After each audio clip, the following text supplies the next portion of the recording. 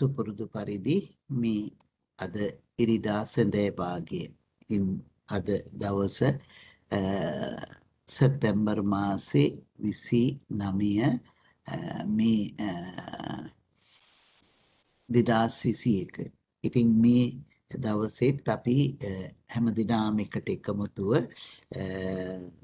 මේ උතුම් ධර්මය හැදෑරීම 26 වෙනිදා 29 මේ ධර්මයේ හැදෑරීමේ වැඩපිළිවෙල තුල නිරත වෙන්නේ. ඉතින් අපි කතා කරමින් යන්නේ අභිධර්මය. ඉතින් චිත්ත චෛතසික රූප නිබ්බාන කියන මේ කරුණු හතර එකතු කරගෙන ඒ හතර අපි කතා කරලා ඊළඟට අපි මේ හතරම එකට එකතු වෙන සමුච්චය සංග්‍රහය කතා කරන්න පටන් ගත්තා. ඉතින් ඒකේ අකුසල ධර්මයන් ඉගෙන ගත්තා, මිස්සක ධර්මයන් ඉගෙන ගත්තා. දැන් බෝධිපාක්ෂික ධර්ම ඉගෙන ගන්නවා. ඉතින් බෝධිපාක්ෂික ධර්ම යටතේ අපි සතර සතිපට්ඨානය කතා කරන්න පටන් ගත්තේ. ඉතින් සතර සතිපට්ඨානය අපි හැම කෙනෙක්ම දන්න එකක්. නිතර වැඩි යුතුම දේ අපි බුදුහාඳුරන් වහන්සේ අප්‍රමාදී භාවය හැටියට දේශනා කළේ සතර සතිපට්ඨානය කියන බව අපි හොඳටම දන්නවා. ඒ කියන්නේ සම්මා සතිය. ඉතින් අපි කායානුපස්සනාව කතා කළා, වේදනානුපස්සනාව කතා කළා, චිත්තානුපස්සනාව කතා කළා. කායානුපස්සනාව තුළදී අපි රූප ධර්මයන් පිළිබඳවම කතා කළා. කායානුපස්සනාවේ රූප පිළිබඳවම කතා කළේ. වේදනානුපස්සනාවේ අපි නාම ධර්මයන් කතා කළේ. චිත්තානුපස්සනාවේදී නාම ධර්මයන් කතා කළේ. ධම්මානුපස්සනාවේ නාම රූප දෙකම කතා කරනවා. රූප ධර්මයන් සහ නාම ධර්මයන්.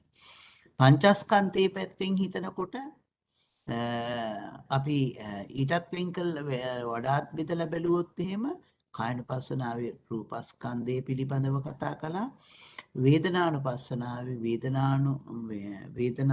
වේදනාස්කන්ධය පිළිබඳව කතා කළා.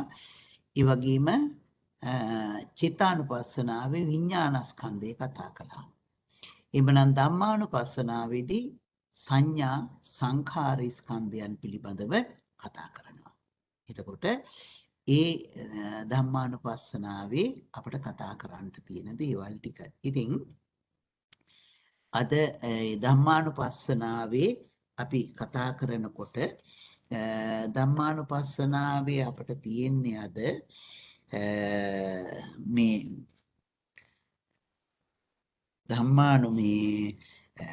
නීවරණ ධර්මයන් ගැන කතා කරන්න. ධම්මානුපස්සනාවේ කරුණු පහක් තියෙනවා. අපි ඒක හොඳටම දන්නවා. ධම්මානුපස්සනාවට අදාළ කරුණු පහක් තියෙනවා. ඒ කරුණු පහ අපි හොඳට දන්නවා. නීවරණ ධර්ම, ඒ වගේම පංච උපාදානස්කන්ධය, ඒ වගේම ආයතන, බොජ්ජංග ධර්ම, චතුරාර්ය සත්‍ය.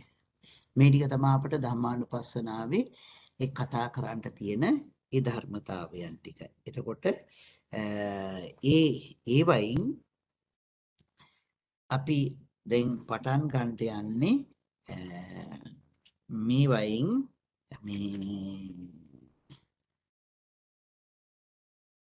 පළවෙනි එක ධම්මානුපස්සනාවේ තියෙන නීවරණයන් පිළිබඳ කතා කරන්න සූදානම් වෙන්නේ. නීවරණ ධර්මයන් පිළිබඳව කතා කරනකොට අපි දන්නවා නීවරණ කතංච භික්ඛවේ භික්ඛු ධම්මේසු ධම්මානුපස්සී විහෙරති. ආනිනි කතංච භික්ඛවේ භික්ඛු ධම්මේසු ධම්මානුපස්සී විහෙරති. මේ කොහොමද මේ යෝගාවචරතෙම මේ ධර්මීය අනුව බලමින් වාසය කරන්නේ. මම හිතන්නේ අපිට ඒකේ වචනයක් ගන්න කියන්න ඕනේ නැති වෙයි. අපට මේ තේරෙනවා දැන්. ඉද භික්ඛවේ භික්ඛු ධම්මේසු ධම්මානුපස්සී විහෙරති පංචසු නීවරණේසු. එතකොට මේ ශාසනයේ පැවිද්දෙක් නැත්නම් භාවනා කරන කෙනෙක් ඉද බික්කවේ බික්කු ධම්මේසු ඉද බික්කවේ බික්කෝ ධම්මේසු ධම්මානුපස්සී විහෙරති. ධර්මයන්හි ධර්මය අනුව බලමින් වාසය කරනවා. පංචසු නීවරණේසු පංච නීවරණයන් පිළිබඳව. එතකොට මේ පංච නීවරණ ධර්මයන්හි සිත පිහිටවාගෙන. එතකොට ධම්මානුපස්සනාවේ නීවරණ අනුව බලමින් වාසය කරන්න තියෙන්නේ. කතංච භික්ඛවේ භික්ඛු ධම්මේසු ධම්මානුපස්සී විහෙරති පංචසු නීවරණේසු. බුදුරජාණන් වහන්සේම ප්‍රශ්නයක් අහනවා මහණෙනි කොහොමද මේ නීවරණ ධර්මයන් අනුව ධර්මයේහි ධර්මය අනුව බලමින් නීවරණ ධර්මයන් අනුව බලන්නේ කොහොමද කියලා බුදුහාමුදුරන් වහන්සේම ප්‍රශ්නයක් අහනවා. ධම්මේසු ධම්මානුපස්සී විහෙරති පංචසු නීවරණේසු. නීවරණ ධර්ම පහක් කතා කරන්නේ. එතකොට නීවරණ ධර්ම පංචසු නීවරණේසු. සූත්‍ර පිටකයේ හැම තැනකදීම අපිට කතා කරන්නට අහන්න වෙන්නේ නීවරණ ධර්ම පහයි. අභිධර්ම පිටකයේදී අපි නීවරණ ධර්ම මතකද දන්නේ කීයක් කතා කළාද? 6ක් කතා කළා. නේද? නීවරණ ධර්ම 6ක් කතා කළා. මොනවද? කාමච්ඡන්ද, ව්‍යාපාද, තීන මිද්ද, උද්ධච්ච කුක්කුච්ච, විචිකිච්ඡා, අවිද්‍යාව. මේ සිලප එතකොට අවිද්‍යාව. කාමච්ඡන්ද, ව්‍යාපාද, තීන මිද්ද, උද්ධච්ච කුක්කුච්ච, විචිකිච්ඡා, අවිද්‍යාව. නේද? එතකොට මේ අවිද්‍යාව කියලා තව එකක් අපි අභිධර්ම පිටකයේ නීවරණය ගැන කතා කළා. සූත්‍ර පිටකයේ යම් යම් තැන්වල සූත්‍රවල අවිද්‍යාව නීවරණයක් හැටියට දේශනා කරනවා. නමුත් දැන් මේ සතිපට්ඨාන සූත්‍රය ආදී සූත්‍රයන් වලදී නීවරණ ධර්ම ගණන් වශයෙන් කියලා කියනකොට කියන්නේ නීවරණ ධර්ම 5යි කියලා. එතකොට අපි ඒ නීවරණ ධර්මයන් ගැන මේ කතා කරන්නේ. ඉද බික්ඛවේ බික්ඛු සන්තං අජ්ජත්තං වා කාමච්ඡන්දං අත්තිමේ අජ්ජත්තං කාමච්ඡන්දෝති පජානාති. මගේ මා තුල කාමච්ඡන්දය කොහොමද අත්තිමේ අජ්ජත්තං කාමච්ඡන්දෝති පජානාති. යම් භික්ෂුවක්ගේ සිතෙහි ඉද බික්ඛවේ බික්ඛු සන්තං වා අජ්ජත්තං කාමච්ඡන්දං. තමන් තුල තියෙන කාමච්ඡන්දේ පිළිබඳව දකිනවා. අත්තිමේ අජ්ජත්තං කාමච්ඡන්දෝති පජානාති. මට දැන් කාමච්ඡන්දය තියෙනවා කියලා දකිනවා. අසන්තං වා අජ්ජත්තං කාමච්ඡන්දං නත්තිමේ අජ්ජත්තං කාමච්ඡන්දෝති පජානාති. කාමච්ඡන්දේ නැත්නම් කාමච්ඡන්දය නැතය කියලා දැනගන්නවා. යථාච අනුප්පන්නස්ස කාමච්ඡන්දස්ස උප්පාදෝ හෝති තන්ත පජානාති. නැති කාමච්ඡන්දය අනුප්පන්නස්ස ඉපදිලා නැති කාමච්ඡන්දය උප්පාදෝ හෝති උපදිනකොට තන්ත පජානාති. ඒකත් දකිනවා. ඒ කාමච්ඡන්දයත් දකිනවා. එතකොට යථාච උප්පන්නස්ස කාමච්ඡන්දස්ස මහානං හෝති තංච පජානාති. මේ යථාච උප්පන්නස්ස කාමච්ඡන්දස්ස ඉපදිලා තියෙන කාමච්ඡන්දයාගේ පහානං හෝති තංච පජානාති. ප්‍රහීනයක් වෙනවා නම් ඒකත් දකිනවා. එතකොට කාමච්ඡන්දය නැතුව තිබිලා උපදිනකොට උපදිනවා කියලා දකිනවා. කාමච්ඡන්දේ නැති වෙනකොට නැති වෙනවා කියලා දකිනවා. යථාච පහීනස්ස කාමච්ඡන්දස්ස ආයතින් උපාදෝ හෝති අනුපාදෝ හෝති තන්ත පජානාති. ඒ කියන්නේ මේ කාමච්ඡන්ද ආයතින් අනුපාදෝ හෝති. එතකොට මත්තේ ඉපැදීමක් නැත්ද? කාමච්ඡන්දය යථාත පහීනස්ස කාමච්ඡන්දස්ස ඒ කියන්නේ ප්‍රහීන වූ කාමච්ඡන්දයාගේ ආයතින් අනුපාදෝ හෝති තන්ත පජානති. නැවත ඉපදීමක් නැද්ද? ඒකත් දැක ගන්නවා. ඔන්න එතකොට කාමච්ඡන්දය පිළිබඳව කොහොමද දැනගන්නයි කියලා කියන්නේ. කාමච්ඡන්දේ මා ළඟ ඇතිකොට කාමච්ඡන්දය ඇති කියලා දැනගන්නවා. අත්තිමේ කාමච්ඡන්දං කාමච්ඡන්දෝති පජානාති. අසන්තං වාජ්ජත්තං නත්තිමේ කාමච්ඡන්දං නත්තිමේ කාමච්ඡන්දෝති පජානාති. කාමච්ඡන්දේ නැත්තං කාමච්ඡන්දේ නැtei කියලා දැනගන්නවා. ඊළඟට මොකද්ද වෙන්නේ? යථාච අනුප්පන්නස්ස කාමච්ඡන්දස්ස උපාදෝ හෝති තන්ත පජානාති. කාමච්ඡන්දයාගේ නැති කාමච්ඡන්දයාගේ ඉපදීමක් ඇද්ද? ඒකත් දැනගන්නවා. ඊළඟට යථාච උප්පන්නස්ස කාමච්ඡන්දස්ස පහානං හෝති තන්ත පජානාති. යම් කාමච්ඡන්දයාගේ ප්‍රහීනියක් වෙනවා නම් ඒ කාමච්ඡන්දේ ප්‍රහීන වෙනවා කියලා දකිනවා. ඊළඟට ප්‍රහීන වුණ කාමච්ඡන්දස්සේ නේද? යථාච පහීනස්ස කාමච්ඡන්දස්ස ප්‍රහීන වුණ කාමච්ඡන්දස්සේ ආයතින් අනුපාදෝ හෝති තන්ත පජානාති. නැවත නූපදවනවාද? ඒකත් දකිනවා. එතකොට කාමච්ඡන්දේ පිළිබඳව මෙතන බුදුරජාණන් වහන්සේ දේශනා කරනවා ආකාර පහකට දකින්න. නේද? කාමච්ඡන්දේ පිළිබඳව ආකාර. කොහොමද? දැන් අපිට මේ කරුණ වලින් හොතටම පේනුණා කාමච්ඡන්දේ තියෙනකොට තියෙනවා කියලා දකින්න, කාමච්ඡන්දේ නැතුවම නැති කියලා දකින්න, කාමච්ඡන්ද නැති කාමච්ඡන්දේ ඇති වෙනකොට ඇති වෙනවා කියලා දකින්න, ඇති වුණා වූ කාමච්ඡන්දේ නැති වෙනකොට නැති වෙනවා කියලා දකින්න, නැති වුණ කාමච්ඡන්දේ නැවත නූපදනවා කියලා දකින්න. කාමච්ඡන්දේ නේද? ඉන්ද්‍රියන් පිනවන්ට තියෙන කැමැත්ත. නේද? කාම රාග වෙනම එකක්, කාම ඡන්දය තව එකක්. නේද? කාම රාග පටික කියන දෙක අනාගාමී වෙනකොට ප්‍රහීන වෙලා යනවා. නමුත් කාම ඡන්දය නැති වෙන්නේ නැහැ. නේද? කාම ඡන්දය නැති වෙන්නේ නැහැ. කාම ඡන්දය තියෙනවා. ඊට ඇති කැමැත්ත තාම නැති වෙලා සම්පූර්ණ නැති වෙලා ගියේ නැහැ. එතකොට කාම ඡන්දේ නැමැති මේ දේ නැති වෙන්නේ කොහෙදද? අරිහත් මාර්ග ඥානයේදී. අපිට එතකොට දන්නවනේ මේ කාම ඡන්දය හටගන්නේ අකුසල සිත් වල. ඒ වයින්ුත් ලෝභ සිත් 8 තුල. දැන් බලන්න ලෝභ සිත් 8න් 4ක්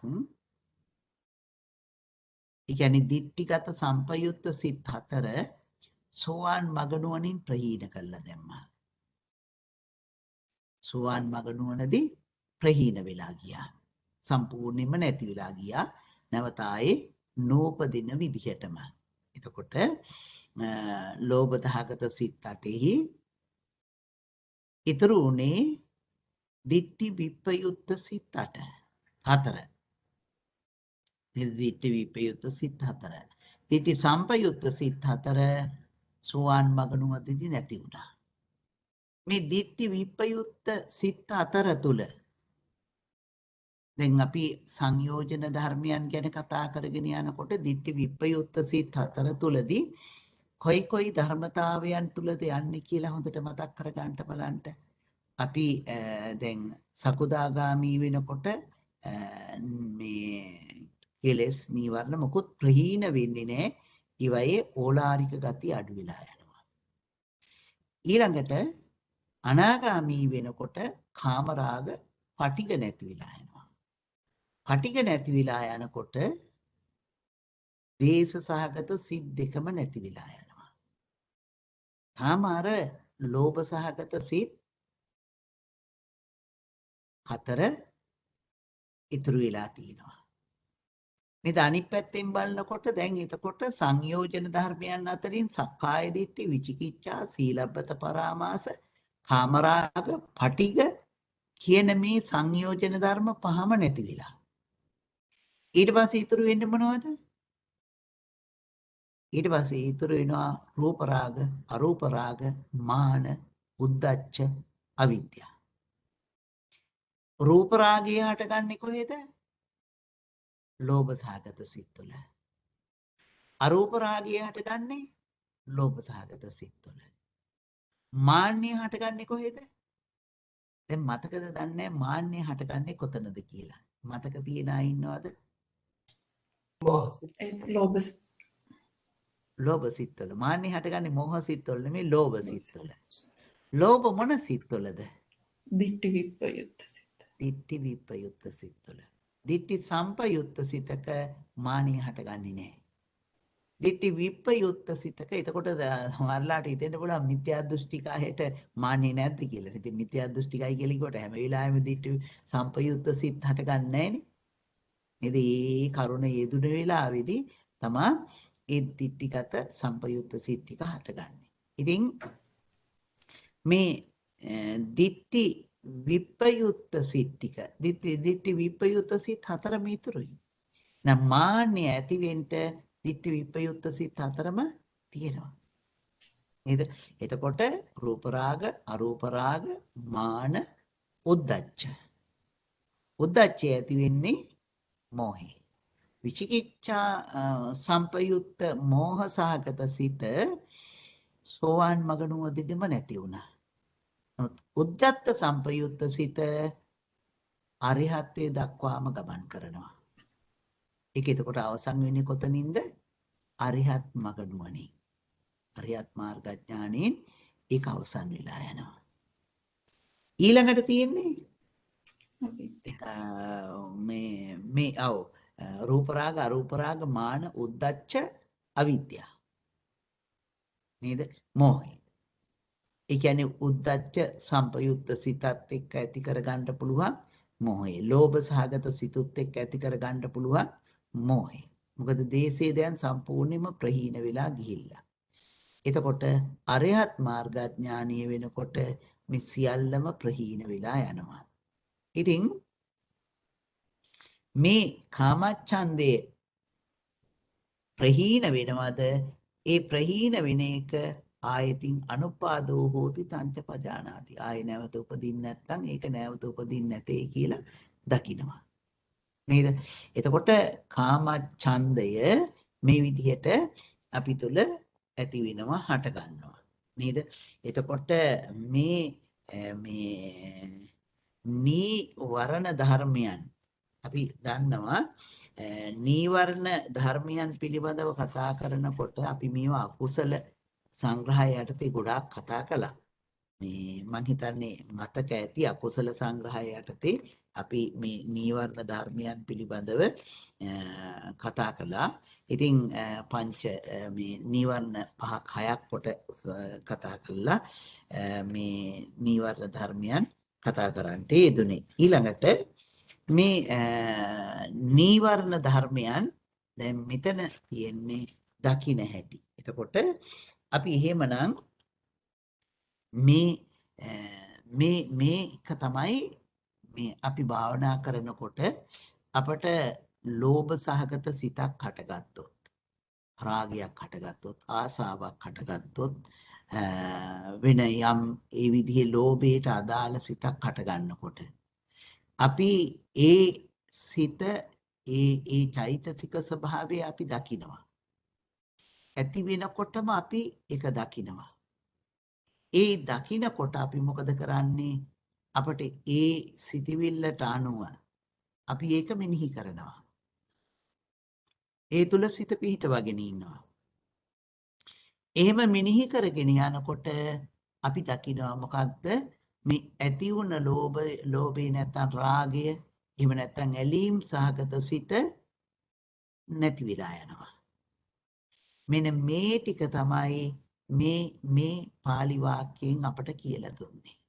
මේ නීවරණ ධර්මයන්ගේ මේ කාමච්ඡන්දේදී අපට කියලා දුන්නේ. එතකොට මොකද්ද?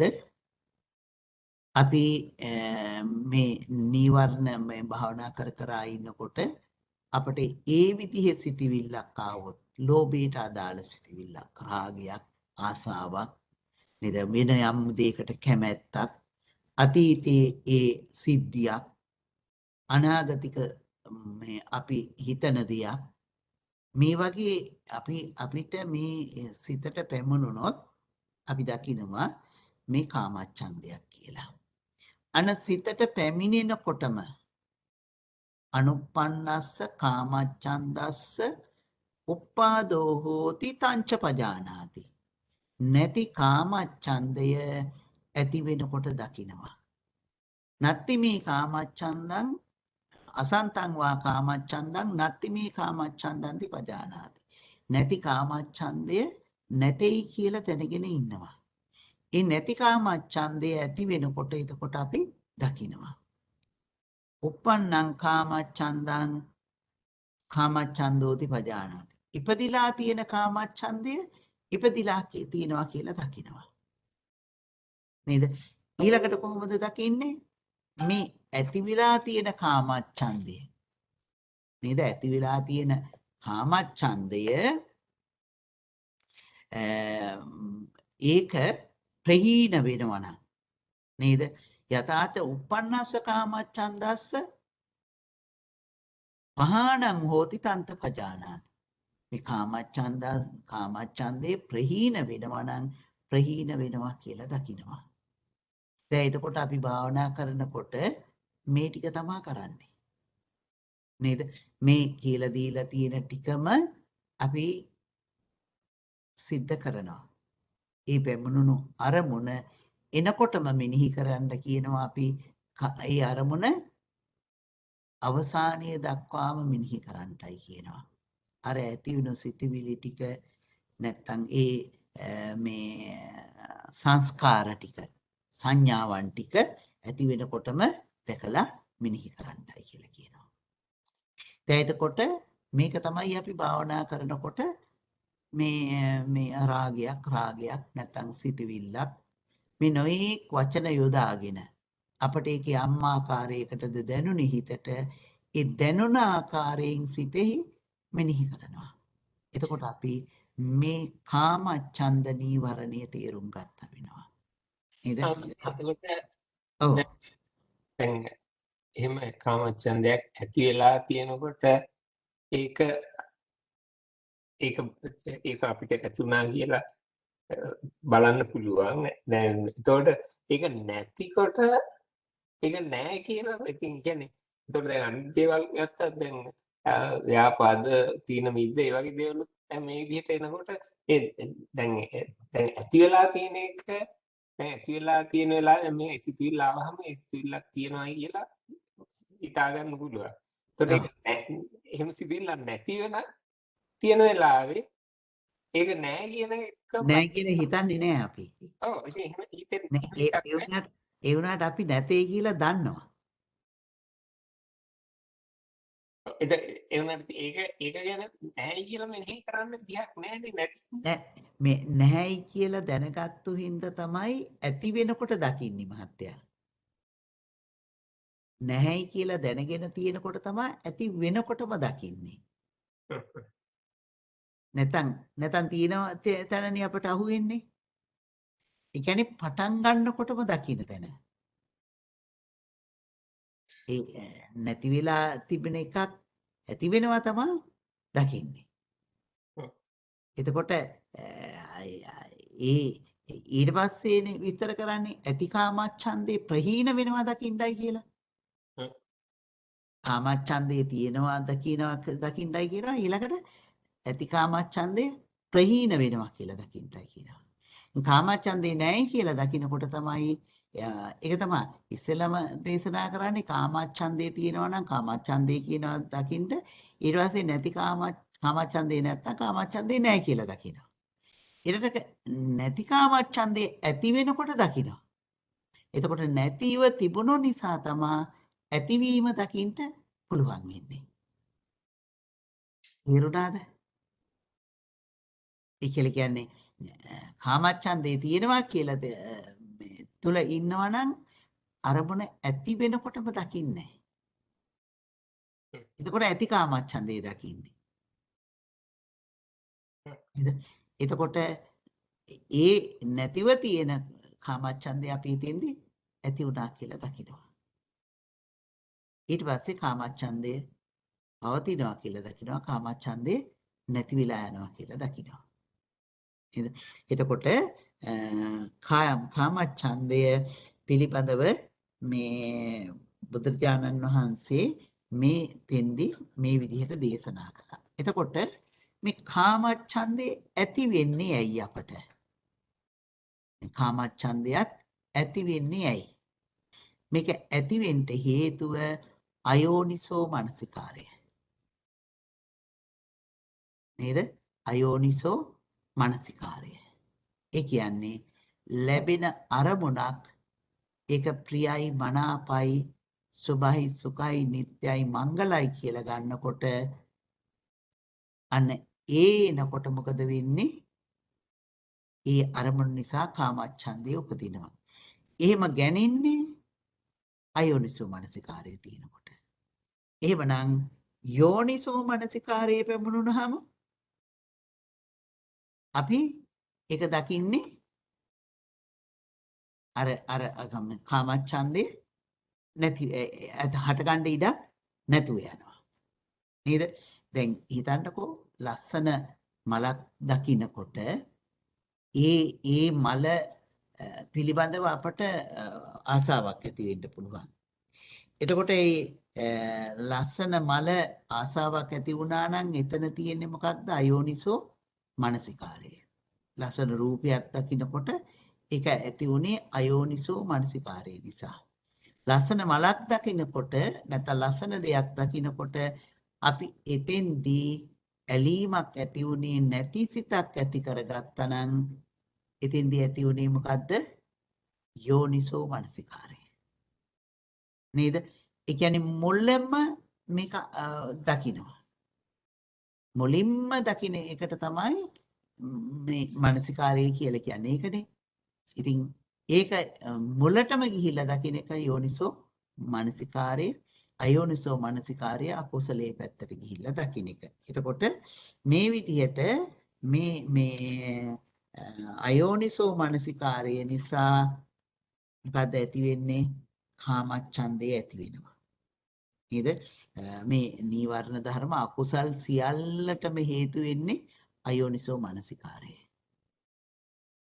යෝනිසෝ මනසිකාරය සියලු කුසල ධර්මයන්ට හේතු වෙනවා. නේද? සියලුම කුසල ධර්මයන්ට හේතු වෙනවා. එතකොට අකුසල ධර්මයන්ට හේතු වෙන්නේ අයෝනිසෝ මනසිකාරය. ඒක අපි මේ තේරුම් ගන්න ඕනේ කොහොමද මේ සිද්ධ වෙන්නේ කියලා. ඉතින් එහෙම මේ කාමච්ඡන්දය ඇති වෙන්න ඒ ඇති වෙන කාමච්ඡන්දයන් දුරු කරව ගන්නට අපි ළඟ මොනවද ඇති කර ගන්න ඕනේ? නේද? කොයි විදිහටද අපි ඒකට පිළිපදින්න ඕනේ? කොයි ආකාරයෙන්ද කටයුතු කරන්න ඕනේ? ඒ පිළිබඳව ඔව් සතිය. ඔව් සතිය. ඔව් සතිය වගේම අපිට තව මේ ඒ වර්තමානික වශයෙන් තව අපි ඇති කරගන්න පුළුවන් දේවල් තියෙනවා. මේ අසුභ අරමුණු පිළිබඳව දැනගෙන තියෙනවා. අසුභ ආරම්මණයන් පිළිබඳව මේ කාමච්ඡන්දේ එහෙම දුරු කරගන්නට හේතු වෙන කරුණු 6ක් විස්තර කරනවා. කාමච්ඡන්දේ දුරු කරගන්නට ඇති කාමච්ඡන්දේ නැති කරගන්නට මොකද්ද දැනගන්න ඕනේ? අසුභ අරමුණු පිළිබඳව දැනගන්නවා. එතකොට ගිහියන් වශයෙන් ඔව් අපි හැමදාම ඕවට මුහුණ දෙන්න වෙනවනේ. ඔව් එතකොට ඒ කියන්නේ දැන් අපි ඉතින් මොකක් හරි කරොත් ඒක ලස්සනට කරන්න හරි ලස්සන දෙයක් ලස්සනට කරන්න ලස්සනට තියන්න එකයි ඒක කියන්නේ ඇලෙන එකයි දෙකක්. නෑ ඒක මට තේරෙනවා හාමුදුරනේ. ඉතින් ලස්සනට තියනවා කියන්නේ ලස්සනට ඇලිච්ච හින්දානේ ලස්සන කරන්න හදන්නේ.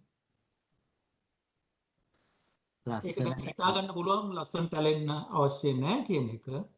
හැබැයි නෑ ඉතින් එහෙම මහත්තයා එහෙම එකක් ගන්න බෑ. මොකද බුදුරජාණන් වහන්සේ දැන් හිතන්නකෝ හාන්තුරුන්ට අවලස්සන්ට ඉන්නද කියලා දේශනා කළාද? ඔව්. හා?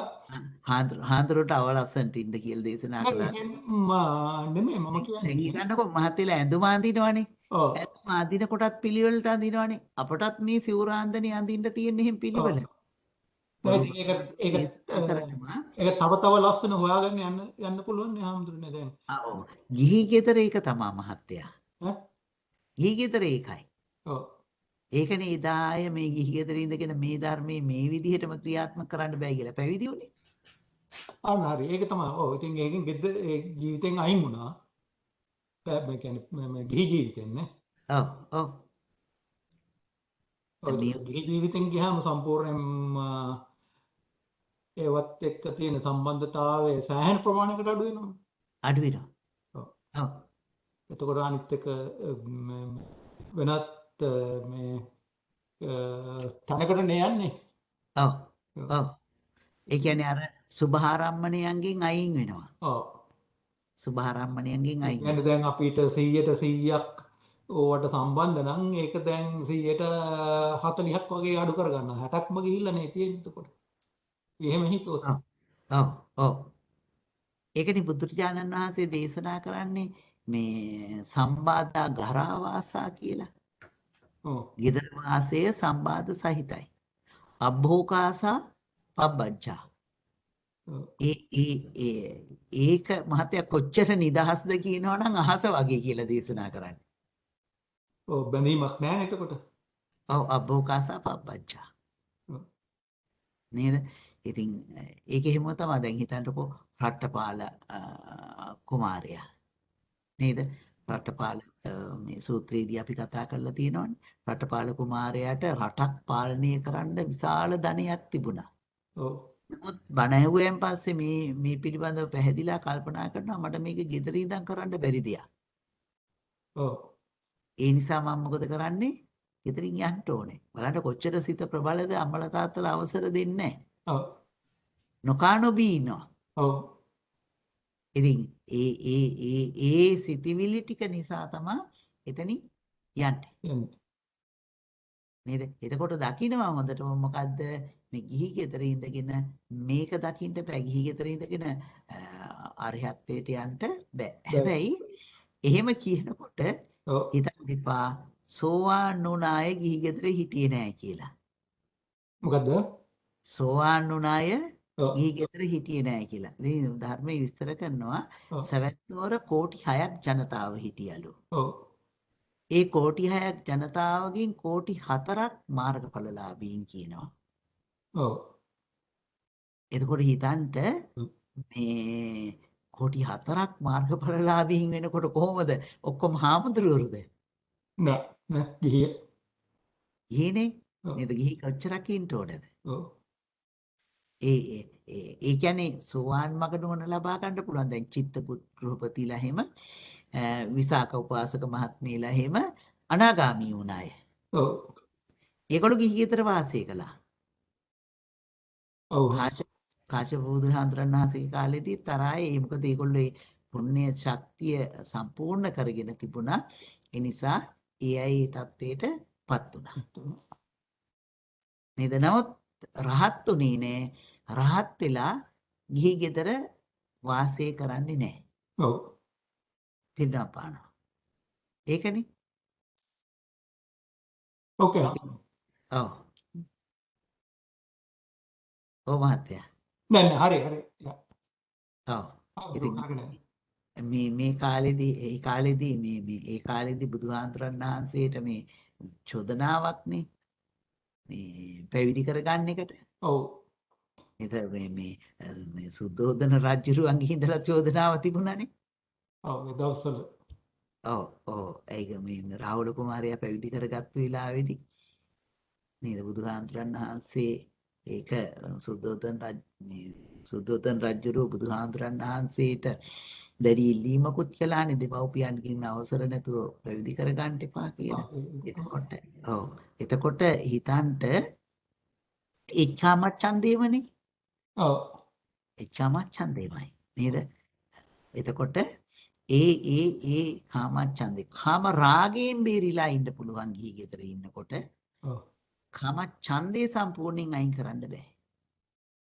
කාම රාගයෙන් අයින් වෙලා ඉන්න එක නිසා තමයි මේ අර අය මේ ගිහි ගෙදර වාසය කළ චිත්ත ගෘහපතිතුමා විසාක සිටුවරයා කාම රාගේ නැතුව ඉන්න පුළුවන්. නමුත් කාම ඡන්දය අපට ඇති වෙනවා.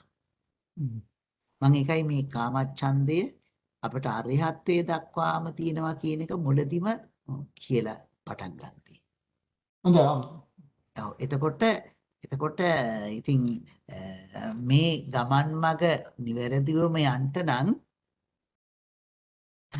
මොකද කරන්න ඕනේ? ගෙදරින් යන්න. අනකාරියන් අගාරස්මා නේද? ඔව්. අනකාරියන් අගාරස්මා එහෙම වෙන්න ඕනේ. ඔව්. නේද? මේ අනකාරික ප්‍රතිපදාව තුළට එන්න ඕනේ අගාරස්මා ගෙදරින් අයින් වෙන්න ඕනේ. අයින් වෙන්න ඕන. ඔව්. ඔව්. ඉතින් ඒක තමයි මාර්ගය. හැබැයි ඉතින් එහෙම කියලා ගිහි ගෙදර ඉඳගෙන වඩන්න බෑ කියලා බුදුහාඳුරෝ දේශනා කරන්නේ නැහැ. අරහත්ත්වයේ තුල ඉන්න බැරි එක වෙනම දෙයක්. නමුත් ඉතින් අපි දැන් හොඳටම දන්නවා අනාගාමී වෙලත් ගිහි ගෙදර වාසය කළා. ඔව්. විසාකාව එහෙම වාගේ අය සෝවාන් වෙලාම වාසය කළානේ. ඉතින් මං කිව්වේ කෝටි 4ක් කෝටි 6න් කෝටි 4ක් මාර්ගඵලලාභී. එතකොට කොයිතරම් පිරිසක් මේ ධර්මයේ හැසිරුණාද කියලා දකින්න පුළුවන්. ඔව්. ඔව්. එතකොට මේ කාමච්ඡන්දය අසුබ අරමුණු ගැන දැනගන්නවා. ඊළඟට අසුබ මේ භාවනාවන් වඩනවා. අපි අසුබ භාවනාව පිළිබඳව ඉස්සර කතා කරලා තියෙනවා. මේ අනුස්සති භාවනාවන් වල මේ අනුස්සති නෙමෙයි අසුබ භාවනාවන් වල දස අසුබේ පිළිබඳව කතා කළා. ඊළඟට සතිපට්ඨාන සූත්‍රයේදීම මේ කයෙහි පිළිකුල් කොට බලන ආකාරය කතා කළා කායානුපස්සනාවේදී. එතකොට මේ අසුබයන් අසුබ භාවනාවන් වඩනකොටත් කාමච්ඡන්දයන් අයින් කරගන්න පුළුවන්. ඊළඟට ඉන්ද්‍රියන් රැක ගැනීම.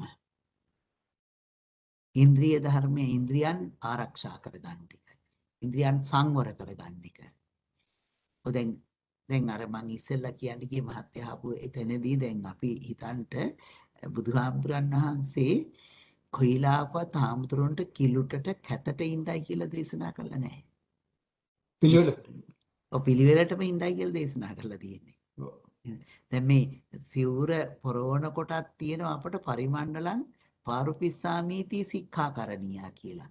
අඳනේ අඳින කොටත් මේ අඳනේ එහෙම් මෙහෙම් කොන් දික් වෙන්න අඳින්න බෑ. සාමාන්‍යයෙන් විනය අනුව නම් බිම ගෑවි අඳින්නත් බෑ. අඳනේ තියෙන්න ඕන විලුඹේ ඉඳලා අඟල් 4ක් උඩින්. ඊළඟට පරිමණ්ඩලං පාරුපිස්සාමීති සික්ඛාකරණීය. සිවුර පොරවන්න ඕනේ ඒ වටේට ගානට හිටින්න එහෙම මෙහෙන් කොන් දික් වෙන්න බෑ. සිවුර තියෙන්න ඕනේ අඳනේ ඉඳලා අඟල් 4ක් උඩින්. ඒ කියන්නේ ඉතින් වෙනස ඒක පිළිවෙලක් කියන එකයි කියන්නේ මොනවා හරි මේ ආකර්ෂණයක් නොවන විදියටයි පිළිවෙලකට. ආරක්ෂකයි අනිත් එක මේ සිවුර කියන්නේ ගොඩක් රෙදි ප්‍රමාණයක් යන එකක් නේ. ඔව්. ඒක දැන් අර පාතට ගියාම සිවුරේ මේ පාත කොටස ඉක්මනින් දිරනවා. ඔව්. ඒ දිරීම වළක්වන්න. ඉතින් ඒ දිරීම වළක්වන්න දැන් අඳනේ ඒ තරම් ලොකු රෙදි ප්‍රමාණයක් නෙමෙයිනේ. ඉතින් අඳනේ මහ ගන්න පුළුවන්. ඔව්. පොඩි රෙදි කෑලි ටිකක් අරගෙන. සිවුර ගොඩක් ඕන නිසා සිවුර පරිස්සම් වෙන්නත් ඕනේ. ප්‍රමාණිකූල වෙන්නත් ඕනේ. නිසා එහෙම අඳින්නයි කියනවා. හැබැයි ඉතින් සිවුරේ චිත්‍ර ඇඳපු සිවුරු පොරවන්න තාන. ඔව්. ඒවට අර එක එක දේවල් අල්ලලා එහෙම සිවුරු පරිදි දැන් සිවුරේ පාත මේක මේ නරක් වෙයි කියලා තව මොනවා හරි මේ ওই මල් වැල් ටිකක් හරි අල්ලන්න එහෙම අල්ලන ඒවා තියෙනවනේ ඇඳුම් වල නේද? ඔව්. එහෙම අල්ලන්නත් අහන. එතකොට සිවුර කොයි විදිහද වෙන්න ඕනේ කියන එක දේශනා කරනවා. අනිත් එක දැන් හිස රැවුල් ගොඩාක් වවාගෙන ඉන්නත් අහනන්නේ. හිස රැවුල් වවන්න පුළුවන් උපරිම දිග අඟල් දෙකයි. හැබැයි උපරිම කාලෙකුත් තියෙනවා. මාස දෙකයි. ඔව්. දෑඟුලන්වා දේ මාසන්වා කියලා කියනවා. ඒ කියලා කියන්නේ අඟල් දෙකකට වැඩි වෙනවා නම් මාස දෙකට ඉස්සර විලා කපන්න ඕනේ. ඊළඟට අඟල් දෙකකට වැඩි නොවුනත් මාස දෙකේදී කපන්න ඕනේ. ඔව්. ඒ වගේ බුදුහාඳුරන් වහන්සේ එහෙම දැන් ඇත්තටම මේ කාමච්ඡන්ද ව්‍යාපාදාදී මේ නීවරණ ධර්මයන් හිතෙන් ප්‍රහීන වෙන්න තමයි මේ කය පැහැපත් වෙන්නේ. නේද? අකුසල ධර්මයන් වැඩි වෙන්න එහෙම වෙන්නේ නැහැ. එක වෙලාවකදී මේ මහා කාශ්‍යප මහරහතන් වහන්සේ අනුරුද්ධ හාමුදුරන් වහන්සේගෙන් අහනවා නෑ සරියුත් මහරහතන් වහන්සේ අනුරුද්ධ හාමුදුරන් වහන්සේගෙන් අහනවා අනුරුද්ධ ඔබ මේ දවස්වල බොහෝම පැහැපත්. ඇයි මේ පැහැපත් කියලා? එතකොට කියනවා ස්වාමීන් වහන්සේ මම මේ දවස්වල සතිපට්ඨානිය වඩනවා. එතකොට රහතන් වහන්සේලාත් ඒ කටයුතු කරලා තියෙනවා අපව්. ඔව්. නේද? ඒ සතිපට්ඨානිය වැඩිවීමම එහෙම වෙන්න හේතුවක් කියනවා. නේද? ඉතින් ඒ වගේ සමහර හාමුදුරුවෝ අපවත් වුණායින් පස්සේ මේ ආනන්ද හාමුදුරුව මේ ඇයිදිලා බුදුහාමුදුරන් වහන්සේට කියනවා ස්වාමීන් වහන්සේ අර හාමුදුරුව මේ දැන් අපවත් වුණා මූණ නම් හරීම ප්‍රසන්නයි කියලා. මේ බුදුහාමුදුරන් වහන්සේ හාමුදුරන්ට බණ කියලා වඩින්න. බුදුහාමුදුරන් වහන්සේ දේශනා කරන ආනන්ද එහෙම පැහැපත් නොවී තියෙයිද බණ පටන් ගන්නකොට මං ඉතින්ට වඩිනකොට මේ හඳුර ගොඩාක් ලෙඩ වෙලා හිටියේ ගොඩාක් දුක් වෙලා දුකටපත් වෙලා ඉතින් දුකටපත් වෙලා හිටපු කෙනෙක්ගේ මොන ගොඩාක් ප්‍රසන්න වෙලා තියෙනකොට තමයි ආනන්ද හාමුදුරුවෝ මේක දේශනා කරන්නේ. එතකොට බුදුහාමුදුරුවෝ අර විදිහට දේශනා කරනවා මම බණ කියන්ට යනකොට මේ ඕරම් භාගීය සංයෝජන පහ තිබුණා. ධර්ම දේශනාව අවසන් කළා එනකොට ඕරම් භාගීය සංයෝජන පහ ප්‍රහීන වුණා. ඒ නිසා පැහැපත් නොවී තියෙයිද කියලා අහනවා. නේද? ඒ හින්දා ඒ ලස්සනයි කියලා කියන එක කියනකොට මම මේ කියන්න හැදුවේ. ඉතින් ඒ ලස්සනයි කියලා කියන එක තියෙනවා හැමතැනම. ඔව්. ඒකට ඇලුනොත් තමයි අපට ප්‍රශ්නේ මතුවෙන්නේ. ඔව්. එතකොට ඒ නිසා මොකද කරන්න ඕනේ? මෙන්න මේ කරුණු 6 වඩන්නයි කියනවා කාමච්ඡන්දය ඇති නොකර ගන්නට. කාමච්ඡන්දය ඇති නොකර ගන්නට පළවෙනි එක තමයි එතකොට අසුබ අරමුණු ඉගෙන ගැනීම, අසුබ භාවනාවන් තුල නිරත වීම, ඒ වගේම ඉන්ද්‍රිය සංවරය, ආහාරයේ පමණ දැන ගැනීම, පොතිනේ මත්‍රඤ්‍යතතාවය, ඊළඟට කල්යාණ මිත්‍ර සේවනය. ඔව්. කල්යාණ මිත්‍ර සේවනය ඊළඟට සප්පාය කතාව. නේද? සප්පාය කතා ඇති කර ගන්නවා නම් එතකොටත් මොකද වෙන්නේ? ආපහු කාමච්ඡන්දය ගොඩනගෙන. නේද? ඒ විදිහට මේ කරුණ වලින් මම හිතන්නේ මේ ටික අපට විස්තර කරන්නට මම හිතන්නේ ගොඩක් ඕන වෙන්නේ නැති වෙයි. අපට තේරෙනවා මේ සප්පාය කතා කියන්නේ ධර්මයේ පිළිබඳ කරන කතාවක් නැති කතාවක්. ධර්මයේ කරන කතා අපිට තියෙනවානේ දෙතිස් කතාවක් නේද? රාජ කතා, තෝර කතා ආදී වශයෙන් කියන්නේ ඒ වයින් තොරව නේද?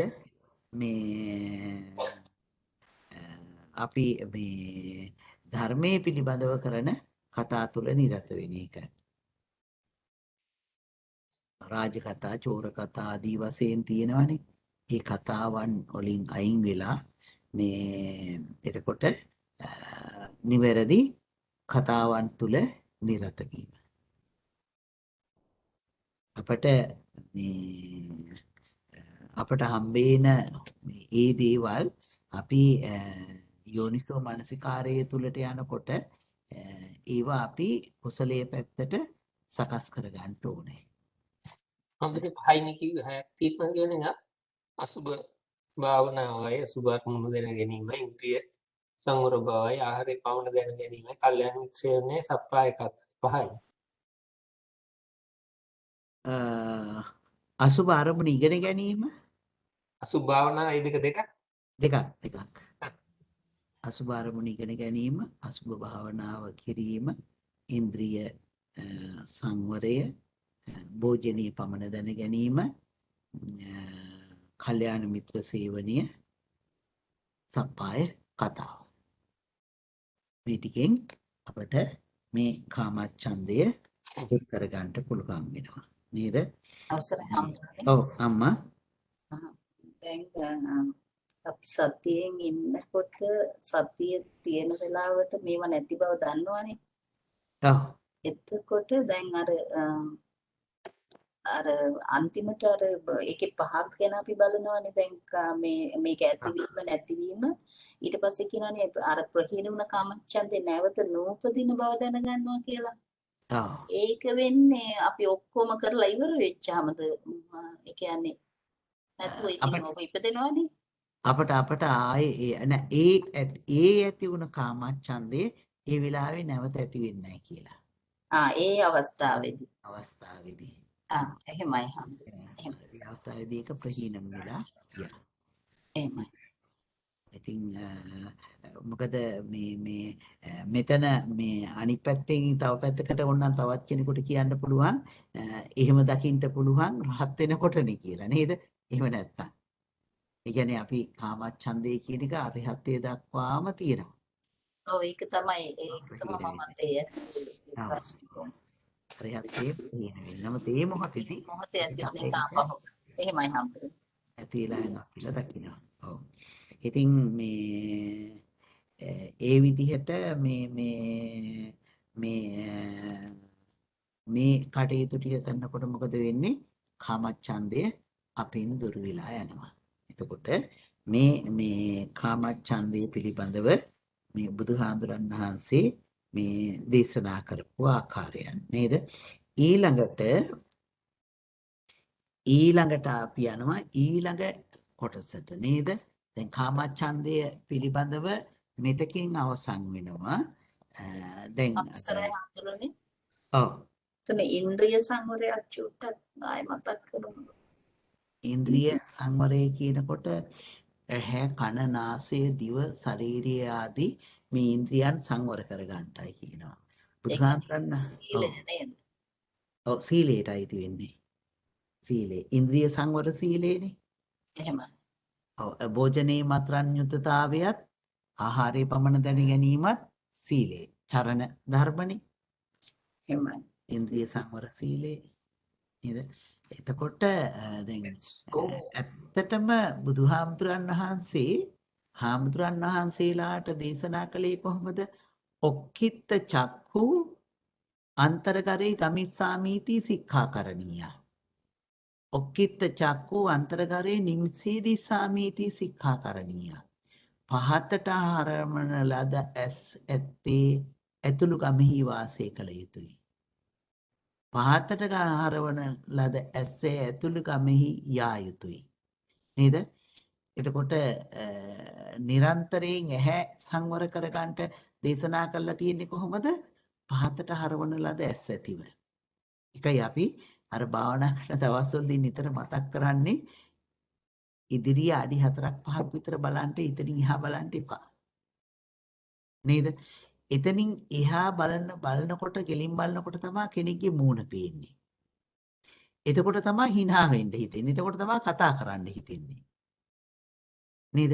එහෙම නැතුව අපි පහතට හරවන ලද ඇස් ඇතුව යනකොට අරයාගේ මූණ පේන්නේ ඉදිරියට එන එක්කෙනාව ඇඟේ හැප්පෙන්නේ නැති වෙන්න යන ගානට අපට යාව පේනවා.